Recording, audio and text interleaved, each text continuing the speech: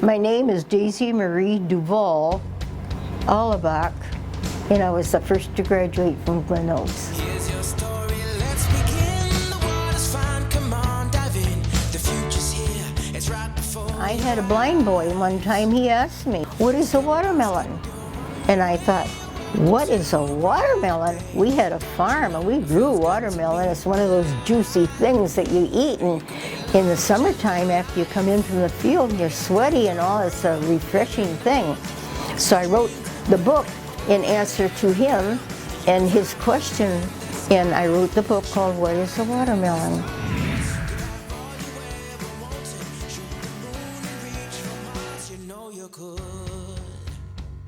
They sent the diploma through the mail and it says, "You graduated."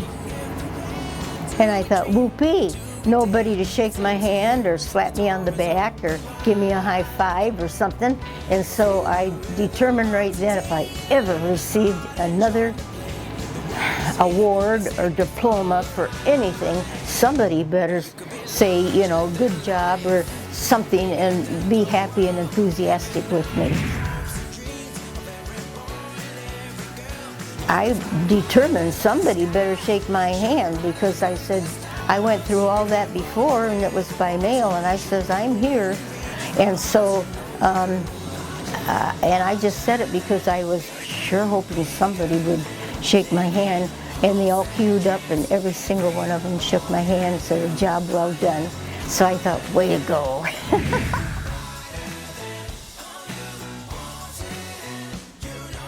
A long time ago, there was people that brought things that they didn't need anymore to us and just thought that we could use them.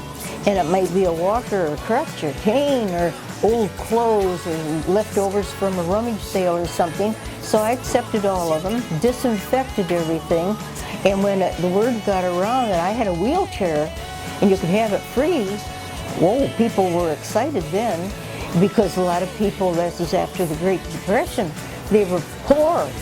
You might be working, but it was just enough for food for the table and basic. And so when people would come and go down our basement, and I would have everything disinfected and on display on old motorcycle racks. And so it wasn't in the dirt, or it was a dirt floor, but it wasn't in the dirt. And everything had been disinfected. So people would come down, they might be a home server, there might be a family member that was coming in for somebody else. They needed a bedside commode, $300 and some. I don't know about you, but $300 and some never grew on any of my trees. And so they could select whatever they wanted, whatever they needed. And we had walkers, crutches, canes, toilet risers, bedside commodes, and adult diapers, even up to 99-inch hips. And some of those are hard to get. If you don't have the money, you don't get them. But if you go to Daisy, Daisy has them, they're yours free. Never be discouraged. You might not be able to walk, you might have crippled hands, but your head is still working.